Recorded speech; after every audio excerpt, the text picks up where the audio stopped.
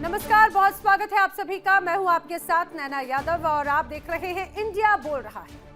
राहत इंदौरी की एक लाइन है कि लगेगी आग तो आएंगे घर कई जद में, यहां पर सिर्फ हमारा मका थोड़ी है। ये लाइन मिडिल ईस्ट में इस वक्त बिल्कुल सटीक बैठ रही है। जी हां, 28 फरवरी को जब ईरान में इजराइल और अमेरिका ने बमबारी की तो सोचा नहीं होगा कि ईरान का पलटवार काफी खतरनाक होगा। अभी मिडिल ईस्ट में जंग जारी है, आसमान में फाइटर जेट्स नजर आ रहे हैं, तेहरान पर लगातार बम बरस रहे हैं, पुतिन ईरान का साथ दे रहे हैं, पुतिन लोकेशन दे रहे हैं और ईरान निशाना बना रहा है। और इन सब के बीच में अमेरिका लगातार दे रहा है धमकियां। अमेरिका की ओर से नई धमकी आई है जिसमें यह कहा गया कि आज की रात ईरान के लिए भारी है, कयामत की रात है। यानी कि आज की रात कयामत की रात होगी ईरान के लिए। अमेरिका ने ईरान को लेकर कुछ तैयारियां भी की हैं और ये बेहद खास तैयारियां हैं। तो क्या ईरान के खिलाफ अमेरिका फाइनल स्क्रिप्ट लिख चुका है और ईरान की बर्बादी की पटकथा लिखी जा चुकी है? अमेरिका की ईरान को लेकर क्या खास रणनीति है? अमेरिका आखिर क्या कर सकता है? क्या अमेरिका परमाणु बम गिराएगा या फिर जेट्स और B-2 बॉम्बर्स का उपयोग करके ईरान की रिजीम को ही चेंज कर देगा? अब देखिए, अमेरिका की प्लानिंग आखिर क्या है? ट्रंप ने नई धमकी आखिर क्यों दी? ट्रंप ने खामनेई और उसके बेटे की मौत के बाद में उसको धमकी दी है। धमकी में आखिर क्यों कहा कि तीसरे चैप्टर अभी भी बचा है और अब उसका अंतिम वक्त चल रहा है? अमेरिका और इजराइल के बीच में बड़ी डील आखिर क्या इसी तबाही को लेकर हुई थी? इजराइल और अमेरिका एक साथ ईरान में क्या कुछ बड़ा करने की प्लानिंग कर रहे हैं? बताएंगे आपको इसकी पूरी ABCD। मिडिल ईस्ट का आसमान बारूद के धुएं से काला पड़ चुका है। पिछले 8 दिनों से जारी ये जंग अब एक ऐसे मोड़ पर आ खड़ी हुई है जहां से वापसी के रास्ते लगभग बंद हो चुके हैं।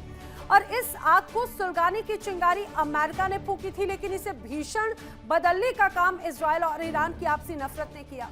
आज खाड़ी के देशों से लेकर वैश्विक अर्थव्यवस्था तक हाहाकार मचा हुआ है। हॉर्मुज की खाड़ी बंद है, तेल की नदियां सूखने की कगार पर हैं और आम इंसान की चीखें मिसाइलों के शोर में दब गई। और इन सब के बीच में अमेरिका की नई धमकी जिसने बवाल खड़ा कर दिया। अमेरिकी वित्त मंत्री स्कॉट बेसेंट ने ऐलान किया कि आज रात ईरान पर अब तक का सबसे बड़ा हमला होगा। उन्होंने ये स्पष्ट कहा कि इस हमले का मकसद ईरान के मिसाइल लॉन्चर और मिसाइल बनाने वाली फैक्ट्रियों को तबाह करना है। आइए आपको पहले ये सुनाते हैं कि बेसेंट ने आखिर कहा क्या है। Tonight will be our biggest bombing campaign, and we'll do the most damage to the Iranian missile launchers, the factories that build the missiles, and we are substantially degrading them. Our campaign has been overwhelming. So, having not been able to succeed there, they're trying to create economic chaos.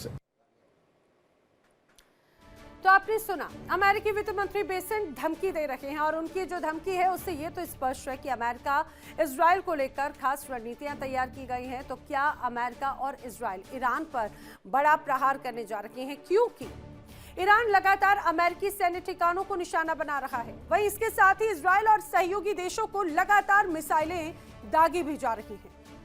America और Israel की रणनीति Iran को लेकर बेहद खास है, क्योंकि Iran किसी के काबू में नहीं आ रहा बल्कि वो बेकाबू हो चुका है। तो क्या अब अमेरिका आज की रात इजराइल के साथ मिलकर आखिरी दांव खेलेगा? ये बड़ी बात है। आपको बताएंगे ईरान ट्रंप की आखिर रणनीति क्या है। ट्रंप ने व्हाइट हाउस में आखिर क्यों ऐसा कहा है कि आज की रात बहुत अहम है, वहां की लीडरशिप को बर्बाद कर दिया है, ऐसा कहा गया है। आपको सुनाते हैं डोनाल्ड ट्रंप ने क्या कहा है। Their army is gone. They're just about, look, their navy is gone. Their communications are gone. Their leaders are gone. 2 sets of their leaders are gone. They're down to their 3rd set. Their air force is wiped out entirely. Think of it. They have 32 ships. All 32 are at the bottom of the ocean. Other than that, they're doing very well, Coach. तो तो आपने सुना Donald Trump को, उन्होंने कहा कि भाई Iran में वहां की लीडरशिप खत्म हो चुकी है, ये कहा जाए ईरान के जो तमाम सैन्य अधिकारी हैं वो खत्म हो चुके हैं। अब आपको बताते हैं अमेरिकी वित्त मंत्री ने हाल ही में जो बयान दिया, ईरान पर अमेरिका आखिरी वार करेगा, वहां मिसाइली ठिकानों को निशाना बनाया जाएगा और इससे ईरान कमजोर होगा। दरअसल ज्यादातर ईरान कमजोर हो चुका है। आपको बताती हूँ कुछ महत्वपूर्ण बातें जो स्कॉट बेसेंट की तरफ से कही गई हैं। स्कॉट बेसेंट ने कहा कि कयामत की रात है। अमेरिकी वित्त मंत्री स्कॉट बेसेंट ने ऐलान किया कि आज की रात ईरान के लिए होगी निर्णायक कयामत की रात। ईरान पर आज की रात बड़ा हमला होगा, मिसाइल लॉन्चर फैक्ट्रियों पर हमला संभव है। और यूएस का बड़ा दावा है ईरान अब काफी ज्यादा कमजोर हो चुका है। ईरान की क्षमता को 90% तक घटा चुका है इजराइल और अमेरिका। उनकी ये बात इसी वजह से और भी ज्यादा अहम हो जाती है क्योंकि पूरे 8 दिन हो चुके हैं इस युद्ध को। आपको बताते हैं कि मिडिल ईस्ट में महायुद्ध के 8 दिन, आखिर इस दौरान क्या क्या हुआ, कितना नुकसान हुआ, किसने क्या पाया, किसने क्या खोया। अब महायुद्ध के 8 दिन, पिछले शनिवार को जिस तरह से इजराइल और अमेरिका ने बड़ा हमला बोला था, अब ईरान में अभी तक कुल 1300 से ज्यादा लोगों की मौतों की खबर है, 6000 से ज्यादा लोग घायल हुए हैं। इजराइल में 15 से ज्यादा लोगों की मौत की खबर है जो ईरान ने हमले किए और ज्यादातर मिसाइल हमलों में मारे जाने की खबर है। वहीं 1800 से ज्यादा लोग घायल भी हुए हैं। ऐसा नहीं है कि अमेरिका ने इस दौरान कुछ नहीं खोया। इजराइल और ईरान की इस लड़ाई में अमेरिका ने भी 6 सैनिकों को खोया है। मिसाइल अटैक से उन सैनिकों की जान गई। गल्फ स्टेट्स के कई देश इसकी वजह से प्रभावित हुए, जिसमें यूएई शामिल है, सऊदी अरब शामिल है, कुवैत शामिल है, बहरीन, ये तमाम अलग अलग ऐसे देश हैं जिसमें शामिल हैं। इन देशों में भी 20 से ज्यादा लोगों की मौत होने की खबर है। वहीं लेबनान में 150 से ज्यादा लोगों की जान गई। और ये तो लोगों की जान जाने की खबर है। अब आर्थिक नुकसान भी समझिए। इजराइल जिसने इस जंग का आगाज किया, इजराइल प्रति सप्ताह $3 बिलियन का एक तरह से नुकसान झेल रहा है। ईरान में इंफ्रास्ट्रक्चर डैमेज हुआ, सैकड़ों मिसाइल लॉन्चर्स डैमेज हुए, एयर डिफेंस सिस्टम पूरी तरह से खत्म हुआ, एयरबेस, एयरपोर्ट, स्कूल, हॉस्पिटल सब प्रभावित हैं। ईरान के हमलों से 300 मिसाइल लॉन्चर्स भी नष्ट हुए हैं। तो ये एक तरह से उस तस्वीर को दिखाता है कि इस हमले में सिर्फ ईरान को ही नुकसान नहीं हुआ, ईरान के हमलों से इजराइल और अमेरिका को भी भारी नुकसान हो रहा है। अब मिडिल ईस्ट में जंग को लेकर ईरानी राजदूत ने कहा है कि अमेरिका पर हमें भरोसा नहीं है। समझिए, ईरान के राजदूत ने अमेरिका को लेकर ये बात कही है। हम 1 हफ्ते के अंदर सुप्रीम लीडर चुन लेंगे, हम पर जब तक कोई हमला नहीं करेगा तब तक हम उस पर कोई हमला नहीं करेंगे। ये बात उनकी तरफ से क्लियर कट कही गई। अब ये भी समझिए, ये कहा गया कि हम 1 हफ्ते के अंदर सुप्रीम लीडर तो चुन लेंगे, दुनिया से इंसानियत के साथ में हम खड़े होने की अपील करते हैं। उनकी तरफ से कहा है कि हम पड़ोसी देशों पर हमला नहीं करेंगे, हम पर जब हमला होगा तब हम उस पर जरूर कार्रवाई करेंगे। अमेरिका के आगे हम झुकने वाले नहीं हैं, ये ईरान की तरफ से कहा गया। उन्होंने कहा 2 साल तक लड़ने के लिए भी हम तैयार हैं, बाहरी ताकतें सुरक्षा की गारंटी नहीं दे सकती। और उन्होंने ये भी कहा कि हमें यकीन है कि ईरान का भविष्य बेहतर होगा। अब्दुल मजीद हकीम है, दरअसल ये भारत में राजदूत हैं अब्दुल मजीद हकीम इलाही, उनकी तरफ से ये बड़ी बातें कही गई। उन्होंने कहा हमें अमेरिका पर बिल्कुल भरोसा नहीं है। जाहिर सी बात है, अमेरिका लगातार धमकियों पे धमकी तो दे रहा है, लेकिन ईरान भी हार मानने को तैयार नहीं है। ईरान ने भी इजराइल के खिलाफ अब तैयारी कर रखी है। तो क्या आज की रात वाकई में नया इतिहास लिखा जाएगा? क्या अमेरिका का ईरान पर आज आखिरी वार होगा? इसी पर करेंगे चर्चा। खास मेहमानों का पैनल हमारे साथ में कनेक्ट होगा। लेकिन इस बीच आपको एक बड़ी खबर मैं बताऊं, मैं चर्चा की शुरुआत करूं। बड़ी खबर आई, ईरान से लंबी जंग की तैयारी में अमेरिका नजर आता है। खबर यह है कि ईरान से लंबी जंग करेगा अमेरिका। खाड़ी की ओर लगातार तीसरा यूएस एयरक्राफ्ट कैरियर बढ़ रहा है।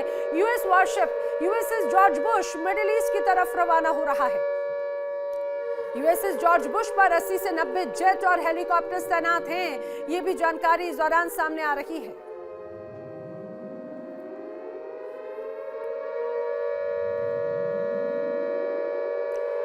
तो क्या आज की रात वाकई में ईरान के लिए कयामत की रात है? मेरे साथ में खास मेहमानों का पैनल कनेक्ट हो रहा है, उनसे आपको मिलवाती हूँ। Retired wing commander Alok Sahay ji मेरे साथ में कनेक्ट हो रहे हैं as a defence expert. Retired colonel S K. Malik ji मेरे साथ में कनेक्ट हो रहे हैं। Retired group captain Ashish Sahay ji भी मेरे साथ में इस दौरान कनेक्ट हो रहे हैं। जल्द ही धीरज कौल भी मुझे इस चर्चा में शामिल होंगे, मेरे साथ मुझे ज्वाइन करेंगे। आप सभी का इस चर्चा में बहुत स्वागत है। लेकिन जिस तरह से अभी हालात हैं, उन सारी परिस्थितियों को देखते हुए ये भी बताते चले कि अब से कुछ देर पहले बंदर अब्बास जो है ईरान का एक पोर्ट, वहां पर भी कंपन महसूस की गई है। मैं आलोक साहे जी आपका रुख करते हुए इस चर्चा की शुरुआत करना चाह रही हूँ। जरा आप ये बताइएगा कि अभी जो हालात हैं, ये बड़ी धमकी दी गई है, ये बड़े संकेत दिए गए हैं, ये कहा गया है कि आज की रात बड़े हमले कर सकता है अमेरिका, कुछ इसी तरह की धमकी पहले भी दी गई थी। नैना जी देखिए, इसमें थोड़ी सी ठीक है, आज बहुत बड़ा हमला अमेरिका हो सकता है करेगा, लेकिन मुझे थोड़ा सा इसमें एक आश्चर्य ये लगता है कि ये स्टेटमेंट ट्रेजरी सेक्रेटरी क्यों दे रहे हैं। ट्रेजरी सेक्रेटरी रक्षा मंत्री देते या कमांडर देते, उनके जो सेंट्रल कमांड से अगर ये स्टेटमेंट आता, ट्रंप से आता, तब तो बात समझ में आती है। ये जो ट्रेजरी सेक्रेटरी जो है वो एड्रेस कर रहे थे कि कैसे प्राइस राइज वहां पर बढ़ने वाला है अमेरिका में और उससे अमेरिका कैसे निपटेगा, इसका वो डिस्क्रिप्शन कर रहे थे और उस दौरान उन्होंने ये बात कही है। तो थोड़ा सा ये अजीब लगता है कि अब ट्रेजरी सेक्रेटरी जो है इस तरह का वार टाइप ब्रीफिंग क्यों दे रहा है।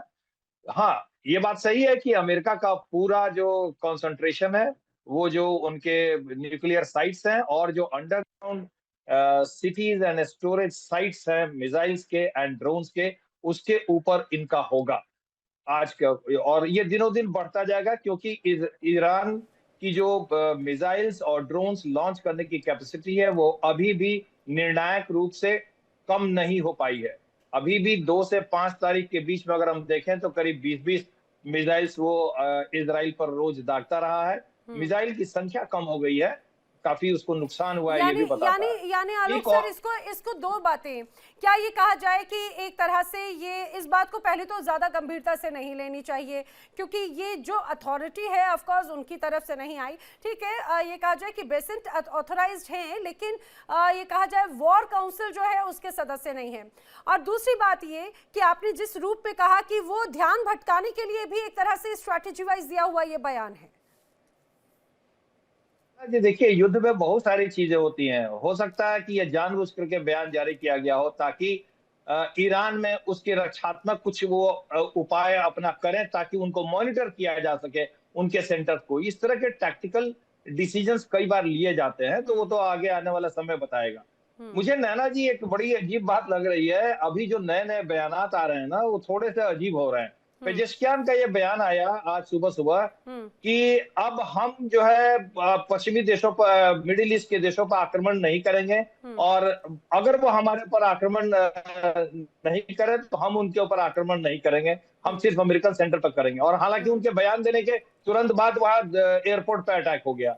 तो उसके अलावा आप देखिए, पेजेश्कियान का ये भी एक बयान था कि उन्होंने माफी मांगी मिडिल ईस्ट कंट्री से। ईरान के जो राजदूत हैं भारत में, उनका एक बयान आया आज ही सुबह उसी समय में, जिसमें उन्होंने कहा कि हम या तो जीत हासिल करेंगे, अमेरिका को हराएंगे, या हम शहादत पसंद करेंगे। तो ये जो बयान है ये अब बता रहा है कि शायद ईरान जो है वो अब समझ गया है कि उसकी हालत थोड़ी ढीली हो रही है। ये बयान हताशा का बताता है, इसमें कोई शक नहीं सर। ये जो बड़ी बातें आपने बताई हैं, खासतौर से अगर उनके राजदूत की तरफ से बातें कही गई हों या फिर पेजेश्कियान की तरफ से ये बात कही गई हो, क्योंकि वो ये समझ रहे हैं कि जिस रूप में आवेश में आकर और जो ताबड़तोड़ हमले किए गए, खासतौर से जो साथी, भले वो दुश्मन नहीं थे एटलीस्ट, लेकिन अब उन्हें दुश्मन बना लिया। भले वो दोस्त थे या नहीं थे, लेकिन दुश्मन जरूर बना लिया, चाहे बात कतर हो, चाहे सऊदी हो या दुबई हो। खासतौर से दुबई को लेकर अगर बात की जाए, लेकिन एस.के. मलिक जी, एक और बात बड़ी यहाँ पर जरूर नजर आई इन पूरी परिस्थितियों के बीच में। आज खबर आई कि ईरान का बंदर अब्बास, उसके पास में एक बार फिर से भूकंप के झटके महसूस किए गए हैं।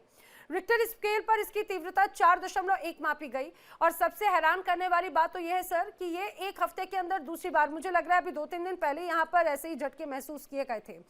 तो क्या जिस बात का डर इजराइल और अमेरिका को था, उसी बात को मुकम्मल कर दिया, उसी डर को मुकम्मल कर रहा है क्या ईरान?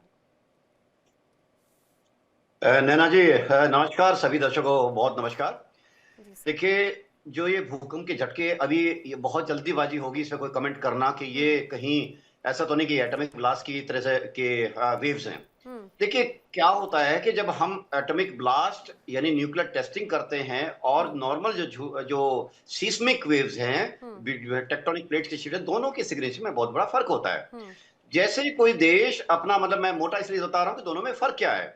देखिए, ऑल ओवर द वर्ल्ड जो रडार्स लगे हुए हैं अर्थ के अंदर, जो बेसिकली फील करते हैं सिस्मिक वेव्स को, वो अगर न्यूक्लियर ब्लास्ट होएगा, कोई भी कंट्री करता है, तो उसके अंदर एक शॉक वेव निकलती है। शॉक वेव जनरली जब आप कोई भी डिवाइसेस जमीन के अंदर डालते हो, तो जाहिर सी बात है उसके अंदर एक शाफ्ट के तहत जाता है, इसको कंपैक्ट किया जाता है, और फिर उसके बाद जो शॉक वेव होती है जनरली दे आर अपवर्ड यानी अगेंस्ट द ग्रेविटी।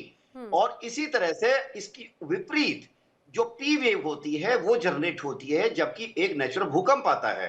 तो इन दोनों के सिग्नेचर में ये महत्वपूर्ण फर्क होता है। और जो देश पूरी दुनिया के अंदर जो जाल फैला हुआ, तो सेस्मिक स्टेशंस का जो जाल बैठा हुआ है, वो इस चीज को जरूर डिसाइफर करेगा कि ये एक्चुअली जो वेव्स है इसका ग्राफ क्या है, वो उसको कर लेगा। लेकिन मुझे नहीं लगता पर्सनली कि इस टाइम पर ईरान के पास ये कैपेबिलिटीज हैं अभी तक कि वो अपना एटॉमिक टेस्ट कर पाए। और दूसरी बात ये होती है कि ये जो वेव्स हम बात कर रहे हैं, चलिए इसको एक तरफ रख देते हैं। ईरान का जो न्यूक्लियर प्रोग्राम है, एक्चुअली इसी डे का पूरी दुनिया को एक तरह से डर है। मैं पूरी दुनिया क्यों कह रहा हूं? देखिए क्या होता है कि किसी देश की रिलायबिलिटी उसके कथन से, उसके वक्तव्य से, उसके पास्ट बिहेवियर से तय होती है। मैं एक छोटा सा कंपैरिजन करके आपको चीजों को समझाने की कोशिश करता हूं। भारत ने 1974 के बाद से जो अपनी न्यूक्लियर पॉलिसी फैलाई है, पूरी दुनिया को बताया है और उस पर अमल किया है, तो भारत के पास एक बहुत अच्छा क्रेडिबल वर्ल्ड ओपिनियन है। और अगर भारत ने किया भी तो हाँ, दुनिया ने हम पे सैंक्शन लगाए, खासकर अमेरिका और उसके अलाइड कंट्रीज ने। हमारी हजारों कंपनियों को डिबार किया गया, टेक्नोलॉजी से वर्ड किया गया, लेकिन फिर भी हमने अपना स्टैंड नहीं छोड़ा है। पार्लियामेंट में ये बात रेटिफाई हुई है और हमारा कमांड एंड कंट्रोल सिविलियन हाथों में है। अभी यही बात आता हूं, ईरान क्या कहता है कि जिस दिन मैं न्यूक्लियर पावर बन जाऊंगा उस दिन इजराइल को मिटा दूंगा, ओपनली कहता है। तो आप ऐसी स्थिति में वर्ल्ड ओपिनियन को आपके खिलाफ कर लिया है। और दूसरी बात यह है, नॉट ओनली वर्ल्ड ओपिनियन, आप पर संदेह होने लगा है कि अगर एक ऐसा हथियार आपके पास आ जाएगा कि जो कि बहुत ही घातक विनाशकारी हो सकता है, तो आप जो कह रहे हैं, जो कि आपकी स्टेट पॉलिसी का हिस्सा भी है, आपने प्रूव किया है पिछले 50 साल में स्टेट पॉलिसी के अंदर टेररिज्म को अपनाकर, ऑफिशियली उसको पॉलिसी बनाकर, यानी जिसको 3H बोलते हैं, हूती, हमास एंड हिजबुल्ला, उनको करके आपने अपने जो एक्चुअल रिसोर्सेज उनको दूर रखा है। और प्रॉक्सीज के थ्रू आपने देखा जाए स्टेट ऑफ हॉर्मुज के नीचे आप आ जाए, वहां पर हूती को एम्प्लॉय करके रखा है, और जो कि मन चाहे तरह से जब भी ईरान की इच्छा होती है पूरे वर्ल्ड को एक तरह से नासूर बना हुआ है। सर, लेकिन यही बात तो बार बार ईरान की तरफ से कहा गया था कि जिस प्रोग्राम को ये पूरी तरह से डैमेज या क्लोज करने की बात कहते हैं, वो हमारे प्रोटेक्शन के लिए है। इजराइल हमारे ऊपर हमला करेगा तो आखिर हम क्या करेंगे? और इसी का ही जवाब लगातार दिया जाता रहा है कि आप ये जो तमाम आतंकी संगठनों का आप समर्थन करते हैं, मदद देते हैं, आप उन्हें बंद कर दीजिए, उसके बाद में स्थिति बदल जाएगी। मैं दोबारा आपके पास लौटती हूँ। मैं ये भी बताते चलूँ कि जियोपॉलिटिकल एक्सपर्ट के तौर पर धीरज कौल जी भी मेरे साथ में कनेक्ट हो चुके हैं। बहुत स्वागत है धीरज कौल जी, बड़े लंबे वक्त के बाद मैं आपसे कनेक्ट हो रही हूँ। लेकिन मैं यहाँ पर सहाय सर का एक बार रुख करना चाह रही हूँ। आशीष सहाय जी, एक और बात जरूर यहाँ पर ये बताइएगा, इस पूरे युद्ध को और भी क्या बड़ी बातें खास नजर आती हैं? ईरान पर लगातार दबाव बनाने की कोशिश लगातार की जा रही है, इसमें कोई शक नहीं। अब जो अमेरिका की एक बड़ी ये कहा जाए सुरक्षा कवच माना जाता था थाड, उसको डैमेज किया गया, ऐसी बड़ी बातें कही जा रही हैं। अब यही वजह है कि इस पूरे युद्ध में यूक्रेन को अभी तक जो प्रोटेक्शन दे रहा है अमेरिकन एंटी ड्रोन सिस्टम कहा जा रहा है, उसको एक तरह से शामिल किया जाएगा। इजराइल को बड़े स्तर पर आर्थिक तौर पर भी सहयोग करने की बात है और $151 बिलियन का बताया जा रहा है कि हथियार मुहैया यूएस कराने जा रहा है अब इजराइल को। तो ये युद्ध और लंबा खींचेगा। आज रात कुछ होगा या नहीं होगा, लेकिन आने वाले दिनों में बहुत कुछ होगा, ऐसा माना जाए। नैना, 2-3 मेजर डेवलपमेंट्स। एक, युद्ध अभी तक एक तरफा हो रहा है। मैं डे 2 से बता रहा हूं, युद्ध एक तरफा हो रहा है, उसकी कवरेज ज्यादा बैलेंस दिख रही है। और ये होता है क्योंकि ईरान के बहुत से करीबी मित्र संगठन हैं जो मीडिया में अल जजीरा और उसके अगल बगल न्यूयॉर्क टाइम्स, जो भी सिंपैथाइजर्स थे खमेनी रजीम के, फॉर वेस्टेड इंटरेस्ट या बायसेस, युद्ध एक तरफा हो रहा है। और कल एक और तरफा आज कैसे के सर, आप भी बताइए जरा, ईरान हावी है या फिर इजराइल अमेरिका? या आपके दर्शकों के लिए कोई बराबरी नहीं। आईडीएफ और यूएस के जो हमले हो रहे हैं तेहरान और उसके नीचे, मतलब मित्र देशों की तरफ, तेहरान से ऊपर के हमले कम हो रहे थे। तो एक तरफा इन द सेंस कि ईरान का जितना डैमेज हुआ है, military, economic, infra, communication, radar और लीडरशिप, टॉप लीडरशिप फिनिश्ड है। तो ये एक तरफा है। उनकी तरफ से जो रिटेलिएशंस हुए हैं वो सबके नजर में है। कुछ छुटपुट इधर उधर, दुबई, बहरीन, जॉर्डन, यूएई, और may be 10-20 missiles per day with small warheads on Israel, तेल अवीव और इधर उधर। कल जो इजराइल ने बोला कि we are moving to the next phase of war and be ready for surprises, उस स्टेटमेंट को आज के अमेरिका के स्टेटमेंट से कि अब हम और आगे बढ़ेंगे, तेहरान के ऊपर जाएंगे, ये प्रेसिडेंट की स्टेटमेंट है कि कुछ एरियाज जिनको हमने अभी तक छोड़ रखा था अब हम उन पे अटैक करेंगे। इन दोनों को अगर साथ देखेंगे, दोनों स्टेटमेंट्स को, तो आपकी एनालिसिस ठीक है। अगले 1-2 दिन में कुछ एक नए तरह के अटैक्स आप देख सकते हैं, जिसमें तेहरान और तेहरान के ऊपर, मतलब जो इजराइल से दूर हैं जो जगह हैं, जहां पे पर्वत श्रृंखलाएं ज्यादा हैं, अंडरग्राउंड स्ट्रक्चर्स काफी ज्यादा हैं, वहां तक अभी तक यूनाइटेड स्टेट्स और आईडीएफ हमला नहीं कर रहे थे। वो तेहरान पे कंसंट्रेट कर रहे थे, और तेहरान और जो सदर्न बॉर्डर ऑफ ईरान है वहां पे थे। तो मेजर हमले आज 1-2 दिन में from IDF and US expected हैं।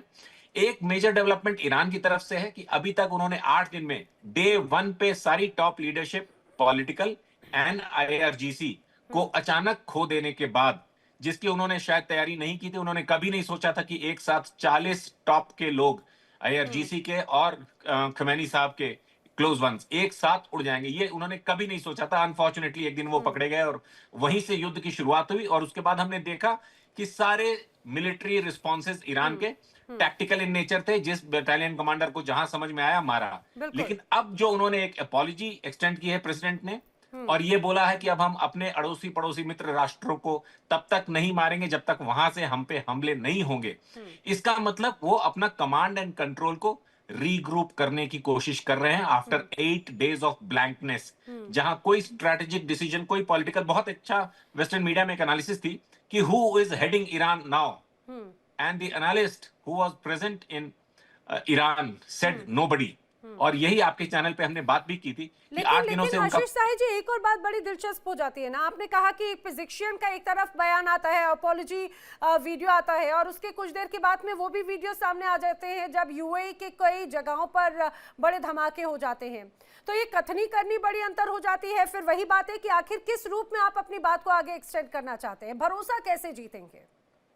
ये इसलिए होता है, जिनको वॉर की समझ है, जब इस तरह का पॉलिसी डिसीजन ऊपर होता है, उसको लास्ट लाइन तक, मतलब जो बटालियन लेवल तक इस डिसीजन को पहुंचाने में और बटालियन द्वारा इस डिसीजन को वापस रिकंफर्म करने में, ये हमारा डबल फैक्टर चेक होता है कि कहीं ये कोई अफवाह तो नहीं है। इसके लिए एक कम्युनिकेशन लिंक स्टैब्लिश करनी पड़ती है, और इनका यही कम्युनिकेशन लिंक पिछले 8 दिन से नहीं हो रहा है, मारे डर के कि जैसे ये बातें होंगी उनका आइडेंटिफिकेशन, उनकी लोकेशन रिवील होगी और कुछ और मेजर टारगेट्स को टेक डाउन किया जाएगा नैना। तो इसलिए प्रेसिडेंट ने जो बोला वो बटालियन कमांडर तक, टैक्टिकल लेवल तक जब तक ऑफिशियली नहीं पहुंच जाएगा, तब तक वो हमले, छोटे मोटे हमले अड़ोसियों पड़ोसियों पे जारी रखेंगे। और ये दुबई का और यूएई का हमला आज का उसी का इंडिकेशन है। It take some time for the president's orders to reach the battalions. Naina, ठीक है, इसमें कोई शक नहीं सर कि इसको इंप्लीमेंट होना। और वैसे भी आज के वक्त में हम देख रहे हैं कि ईरान में सिर्फ ये युद्ध वाली जो परिस्थितियां हैं, ये सिर्फ हथियारों से नहीं है, बल्कि साइबर वॉर भी एक अलग रूप में चल रहा है। वो भी एआई का अगर जमाना है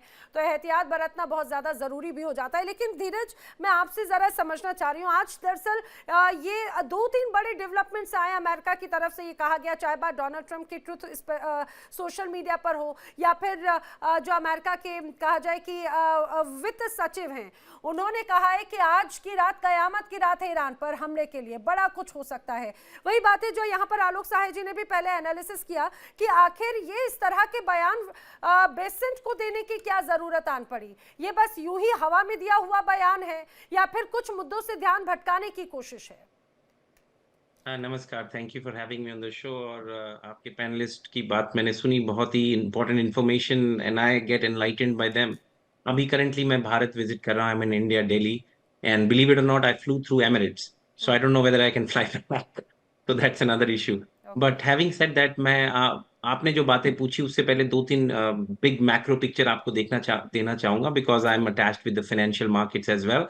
अभी एज ऑफ नाउ हमें पता है strait of Hormuz is gone, Hezbollah is entering Lebanon, from Lebanon. Saudi Arabia and UAE have joined the war. Cyber attacks are started already. अगर आप थोड़ा सा उनका मीडिया देखें तो already cyber attacks have started. Israel की कुछ companies are attack and vice वर्सा।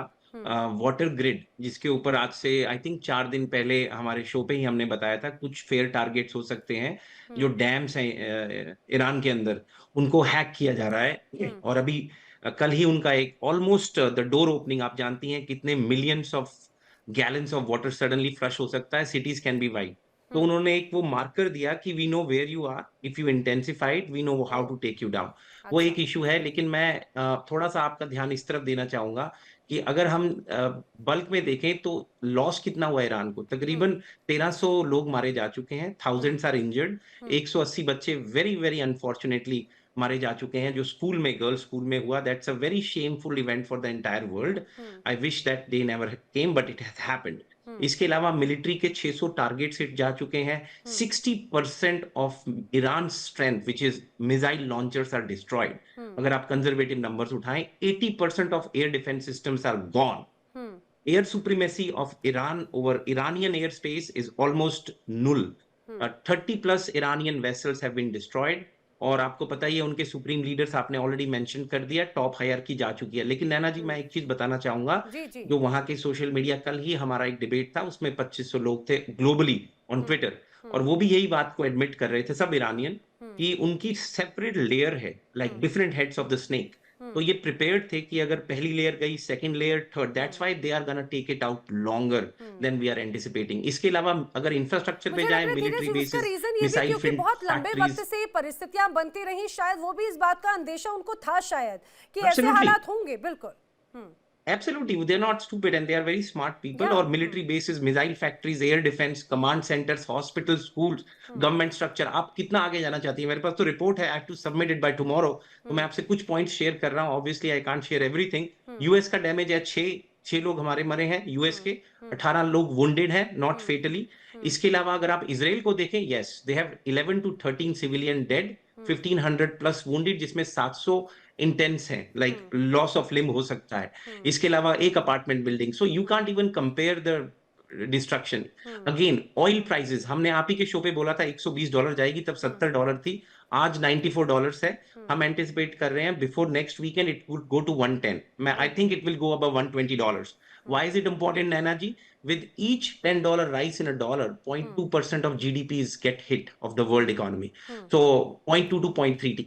तो अभी तक हमारा हर दिन का कॉस्ट वॉर का ग्लोबल जीडीपी को तकरीबन $1 बिलियन है, 1 to 3 billion dollar, depending how you calculated. और पोटेंशियल लॉसेस जो हम देख रहे हैं इस साल तकरीबन $400 बिलियन के हैं।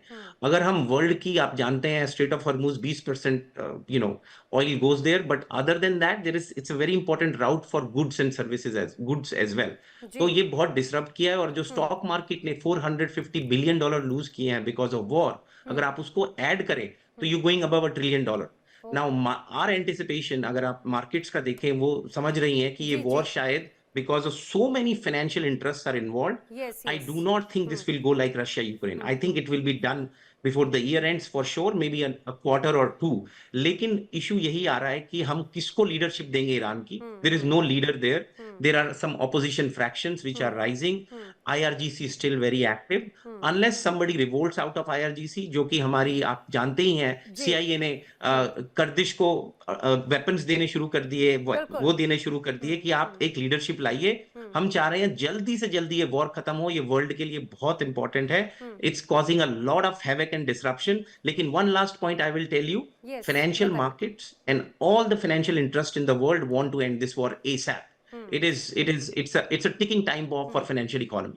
बिल्कुल, इसमें कोई शक नहीं। देखिए, इसका नुकसान तो बहुत ज़्यादा है, मैं चर्चा करती जाऊं, लेकिन ये जो वीडियो दिखा रही थी, मैं चाहूंगी एक बार वो वाला वीडियो दोबारा हम प्ले करें, जिसमें साफ तौर से नजर आ रहा था कि ये प्रोपोगेंडा किस रूप में चलते हैं, ये स्ट्रैटेजी किस रूप में चलती है। ये जो वीडियो है दरअसल IRGC की तरफ से जारी किया गया, और ये वो वीडियो है जिसमें वो अपनी जंगी बेड़े को दर्शाते हुए या अपनी बड़ी तैयारी दर्शाने की कोशिश कर रहे हैं। और ये ऐसा लग रहा है जिस रूप में आलोक सहाय जी कि IRGC या ईरान ये कह रहा है कि भाई इजराइल और अमेरिका के पास में बड़े तैयारियां हैं, लेकिन ये भी हमारी एक तरह से फौज है और ये उसकी एक झलक मात्र है। और यहीं पे जो धीरज जी बात कह रहे थे कि दुनिया चाहती है कि ये युद्ध जल्दी खत्म हो जाए, लेकिन डोनाल्ड ट्रंप या अमेरिका की तरफ से जो लगातार प्रतिक्रियाएं सामने आ रही हैं, क्या ये युद्ध वो जल्दी खत्म करने के मूड में नजर आ रहे हैं? ईरान कह रहा है हम तो 2 साल तक लड़ने को तैयार हैं, हालांकि ये उनका कॉन्फिडेंस होगा, ओवर कॉन्फिडेंस। नैना जी, आपने जो बात बोली ना कि अमेरिका, मैं आखिरी बात से वहां से स्टार्ट कर रहा हूँ। आपने बोला कि अमेरिका जो है वो लंबा युद्ध चलने की तैयारी कर रहा है। बिल्कुल बिल्कुल, जेराल्ड फोर्ड को वहां भेजने का जॉर्ज बुश, जो USS बुश को भेजा गया है, और ये सब चीजें बता रहा है कि अमेरिका को भी अंदाजा हो गया है कि ये युद्ध लंबा खींचेगा, और अमेरिका अब इस तरह के आक्रमण हो जाने के बाद, युद्ध के बाद, अपने ऑब्जेक्टिव्स बिना पूरे किए हुए इस युद्ध को समाप्त करना नहीं चाहेगा। और अमेरिका अगर चाहेगा भी तो इजराइल नहीं चाहेगा किसी भी कीमत पे, क्योंकि ये जो ऑब्जेक्टिव है वो सिर्फ न्यूक्लियर वेपन से उसको रोकना ही नहीं है, बल्कि जिस तरह के खतरनाक वहां पर स्टॉक पाइल हो गया है बैलिस्टिक मिसाइल्स एंड ड्रोन्स का, उसको जब तक डिसिसिव तरीके से डिस्ट्रॉय नहीं किया जाएगा, ये लोग युद्ध वहां खत्म नहीं करेंगे, तो ये युद्ध लंबा चलने वाला है।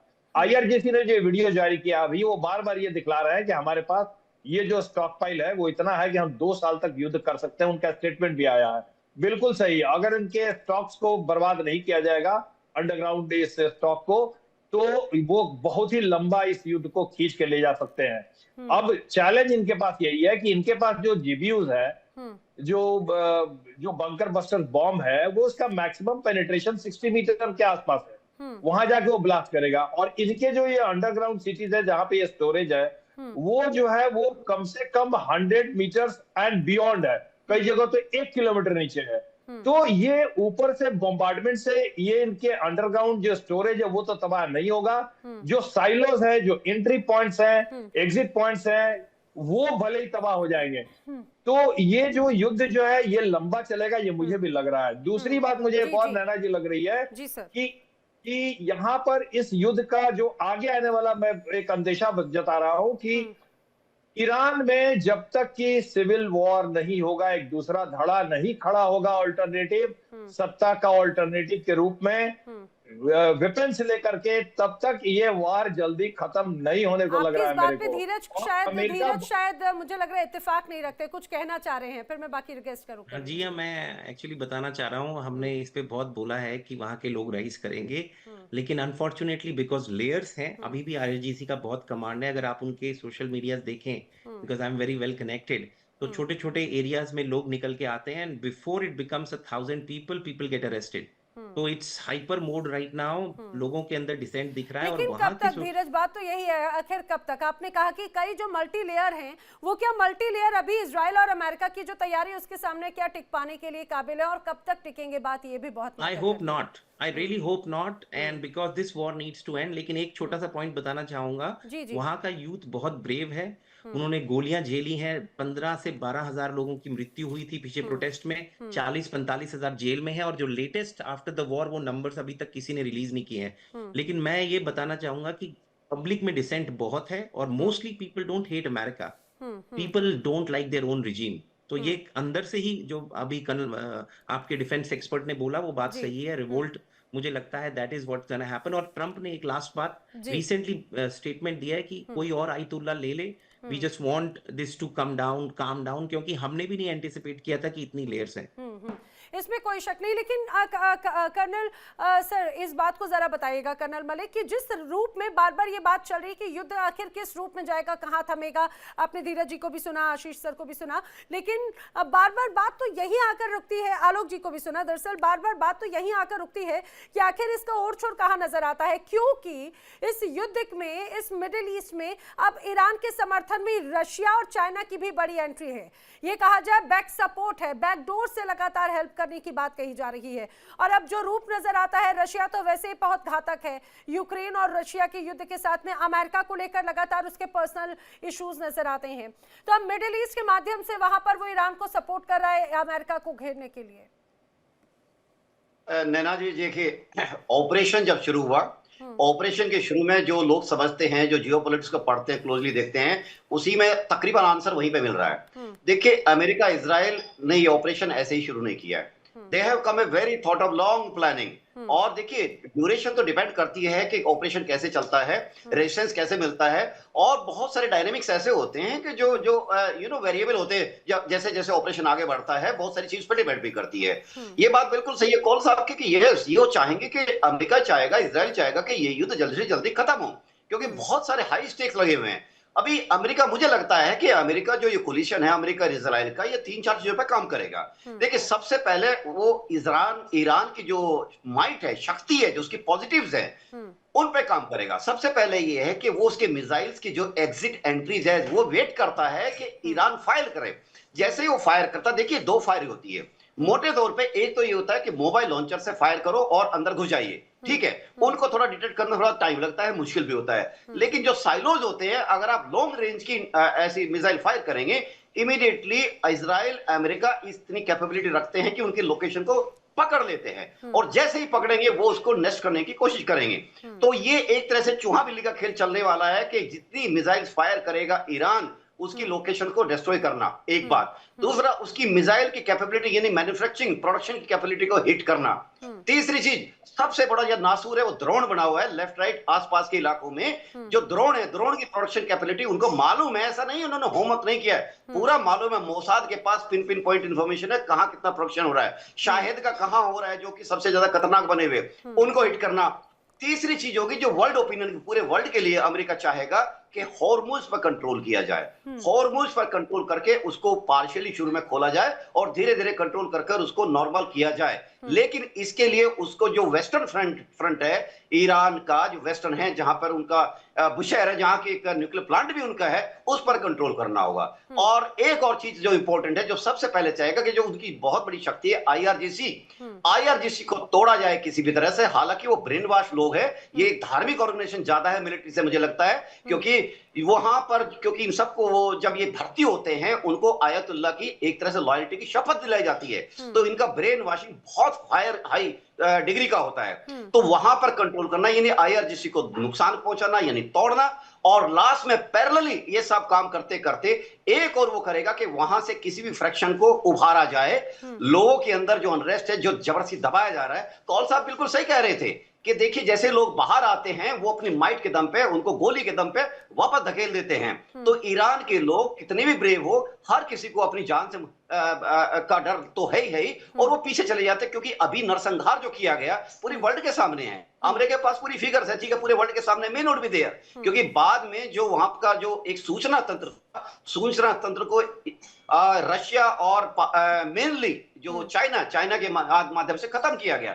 अभी ईरान की एक्चुअल सूचना तंत्र को करना और वहां के कमांड कंट्रोल सेंटर पर अपना काबिज करना, ये सारे पैरेलली ये चलेंगे। और ये सब एक्शंस जब जिस दिन कंट्रोल में आ जाएंगे, मुझे लगता है रिजीम चेंज के लिए वे जो आपका रास्ता है वो कायम हो जाएगा। और रिजीम चेंज का मतलब है, नैना जी एक मिनट, रिजीम चेंज का मतलब ये नहीं है सब फर्ज कीजिए वहां का फिलहाल का तंत्र उनकी शर्तें मान लेता है, ये भी तक रिजीम चेंज ही है। असलियत में mindset policy, state policy change होने के लिए जिस दिन तंत्र आ जाएगा, वही एक ईरान का सरेंडर भी होगा, वही रिजीम चेंज भी होगा। जी नैना जी, इसमें कोई शक नहीं सर, क्योंकि रिजीम चेंज अगर करना मेन उद्देश्य होता, खासतौर से आयतुल्लाह अली खामनेई को लेकर लगातार विद्रोह रहा है। आयतुल्लाह अली खामनेई और जो टॉप लीडरशिप है उसे खत्म कर चुके हैं पहले ही इजराइल और अमेरिका, और खासतौर से खामनेई की जो विचारधारा है उसको आखिर कब तक कंट्रोल करेंगे। बल्कि मुझे ऐसा लगता है कि अगर ये कहा जाए कि ऐसा कोई पैराशूट ड्रॉपिंग अगर कर दी जाए बाय चॉइस वाली अमेरिका जिसे चाहता है, शायद उसके बाद में और विद्रोह की आग वहां पर बुलंद हो सकती है, क्योंकि वो चाह रहे हैं शायद वेनेजुएला जैसा हाल ईरान में यहाँ पर आशीष साहे जी होता हुआ शायद नजर नहीं आए। लेकिन अगर बात यहाँ पर ये युद्ध लंबा खिंचता है और आज की रात अगर कुछ होता है, जो बड़ा ऐसा दावा किया जा रहा है जिसके आसार, हालांकि मुझे बहुत ज्यादा स्ट्रांगली ऐसी गट फीलिंग कहती है कि ऐसा कुछ नहीं होगा फिलहाल, तो क्योंकि अगर कहा जाएगा तो उसको इम्प्लीमेंट कैसे कैसे करेंगे? अगर ऐसा होता है तो और कितना नुकसान होगा, और क्या उस नुकसान को झेलने की क्षमता है फिलहाल अभी ईरान या फिर उसके रिटेलिएशन को इजराइल के लिए?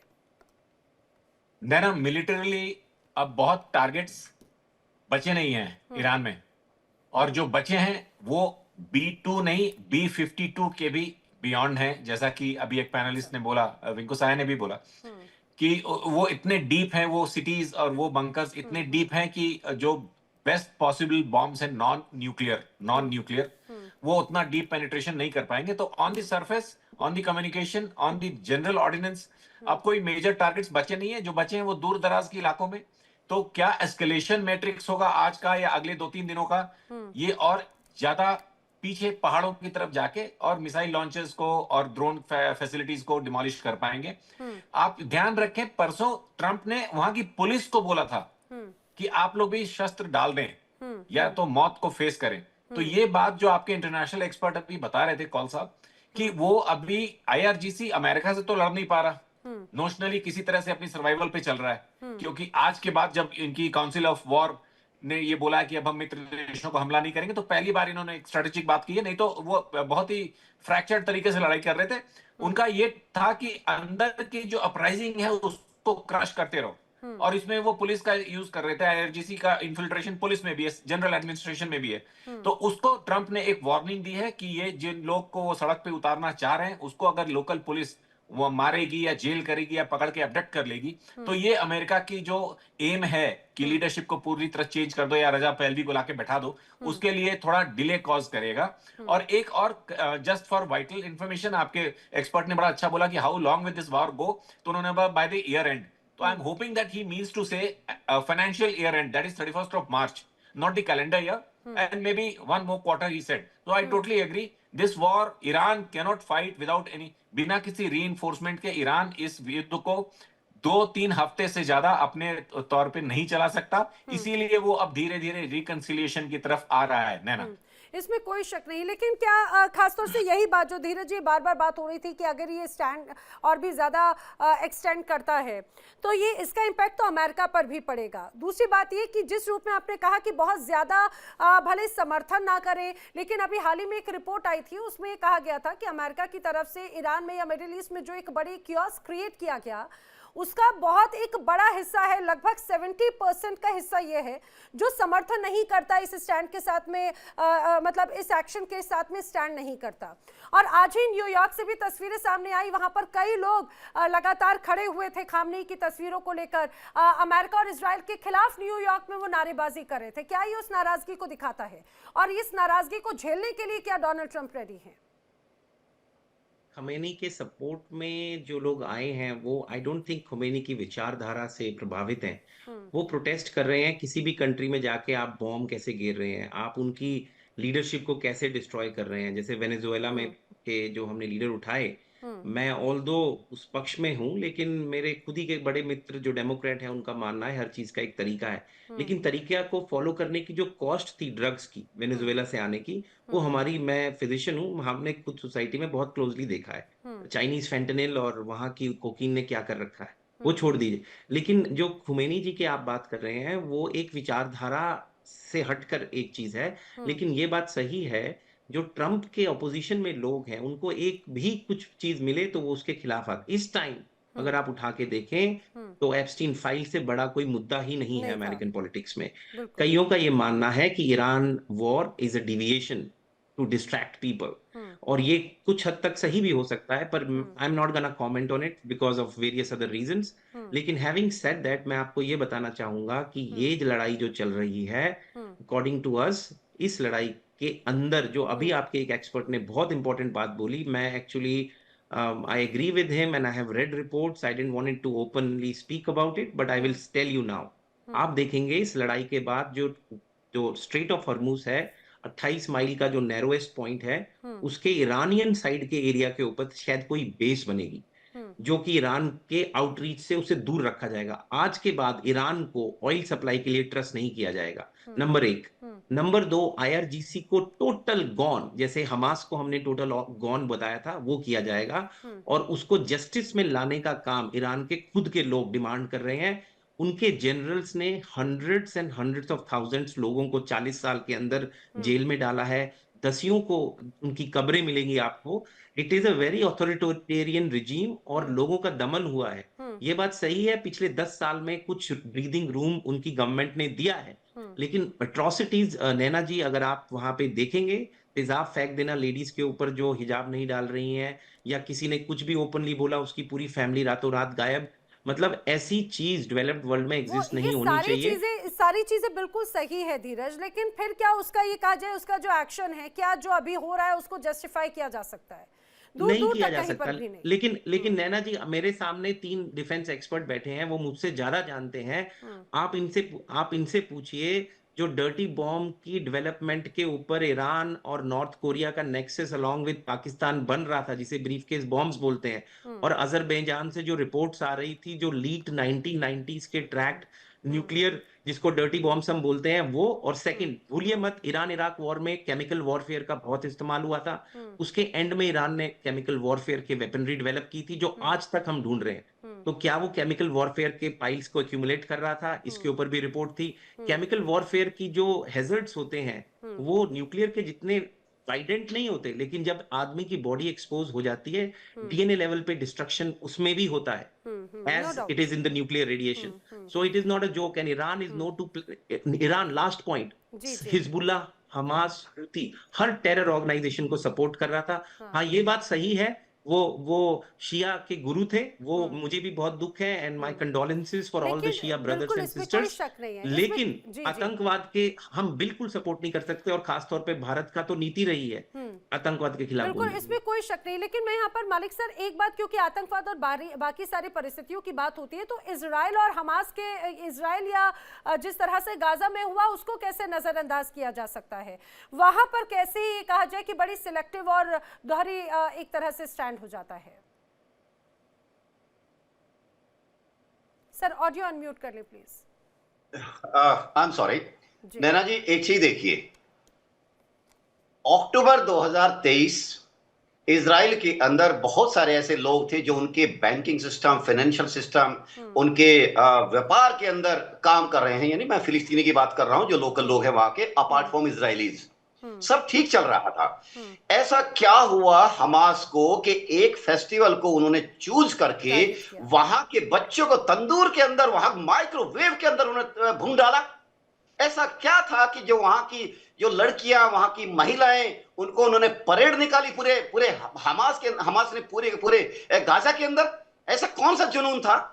अब आई फेल टू अंडरस्टैंड कि आज वो ज्यूज है तो आप घृणा करते हो। अगर कोई ज्यूज लड़का या लड़की आज मुस्लिम बन जाता है तो उसके अंदर क्या 3 हाथ आ जाते हैं कि आप इससे प्यार करने लगते हो? 2 हेड आ जाते हैं कि जिसे प्यार करने लगते हो? ये उसके अंदर ऐसी कौन सी एनर्जी होती है कि जो आपको सपोर्ट करने लगती है? ये जो फैनेटिज्म है, जो घृणा का माहौल किया है ना, जो वहां पे ये जो खेल चला है पिछले 30-40 सालों से, ये सारा ईरान की देन है। यही कारण है कि वर्ल्ड का जो भी ओपिनियन ईरान के खिलाफ है, वो इस बात को लेके वो ये कहता है कि ईरान इजराइल को मदर अर्थ पे एग्जिस्ट करने का अधिकार ही नहीं है। तो जिसके बच्चे ऐसे माइक्रोवेव के अंदर टेम्परेचर लगा के भून दिए जाएं, जिसकी महिलाओं के साथ ये किया जाए, वो कंट्री अगर खुद मुख्तार नहीं होगा मिट जाएगा। अगर वो एक्शन हार्श नहीं लेगा मिट जाएगा, खत्म हो जाएगा। वैसे भी इजराइल 5-5, 6-6 अरब कंट्री से लोहा ले चुका है, उनको बता चुका है, क्योंकि उसको अगर एग्जिस्ट करना है तो उसको लड़ना ही होगा। तो गाजा का जो आज हाल है, इसके लिए हमास जिम्मेदार है। इजराइल, आप ईरान ने कभी जिम्मेदारी ली इस बात की? या कभी ईरान ने इस बात को कहा कि मैं विड्रॉ करता हूं, मैं सपोर्ट नहीं करूंगा इनको? मैं पैसा देना, हथियार देना, इवन रिक्रूटेड में भी उनको हेल्प करना, ईरान वाले तो खुश है, मतलब वहां के IRGC तो खुश है कि बगैर एक्चुअली आदमी उनके मरवाए, वो हमास के आदमी मरवाते हैं, हिजबुल्लाह के मरवाते हैं, हूती के मरवाते हैं, उनके सारे काम हो रहे हैं, डर्टी जॉब्स। और यही काम आप देखिए जो पाकिस्तान में है आज, उनके लोग उनके पॉलिटिशियन एक्सेप्ट करते हैं कि we have done the dirty jobs. Sir हालांकि मतलब ये एक बहुत रिलीजियस एक वो हो जाता है, लेकिन इसमें कोई शक नहीं कि जिस रूप में पूरे ये मिडिल ईस्ट, क्या ये पूरी कहा जाए कि इस्लामिक कौम बखूबी समझती रही है कि किस रूप में लगातार एक नफरत या इस रूप में एंटी सेंटिमेंट्स जो है उसको क्रिएट करने की बात कही गई, लेकिन और वो उसको हवा देने वाले भी एक तरह से काम नहीं थे। मैं बहुत माफी चाहती हूँ, दरअसल वक्त इतना ही था, मैं कमेंट नहीं ले पाऊंगी, लेकिन आप लोग मेरे साथ में जुड़े, आप सभी का बहुत बहुत शुक्रिया। यहाँ पर एक छोटे से ब्रेक के लिए रुक रहे हैं। इंडिया डेली अब आपके स्मार्ट टीवी पर भी मौजूद है। देखिए इंडिया डेली 24/7 अब आपके स्मार्ट टीवी पर। इंडिया डेली मौजूद है सभी डिजिटल प्लेटफॉर्म पर लाइव और लगातार। इंडिया डेली 24/7 हर दिन राष्ट्र को समर्पित।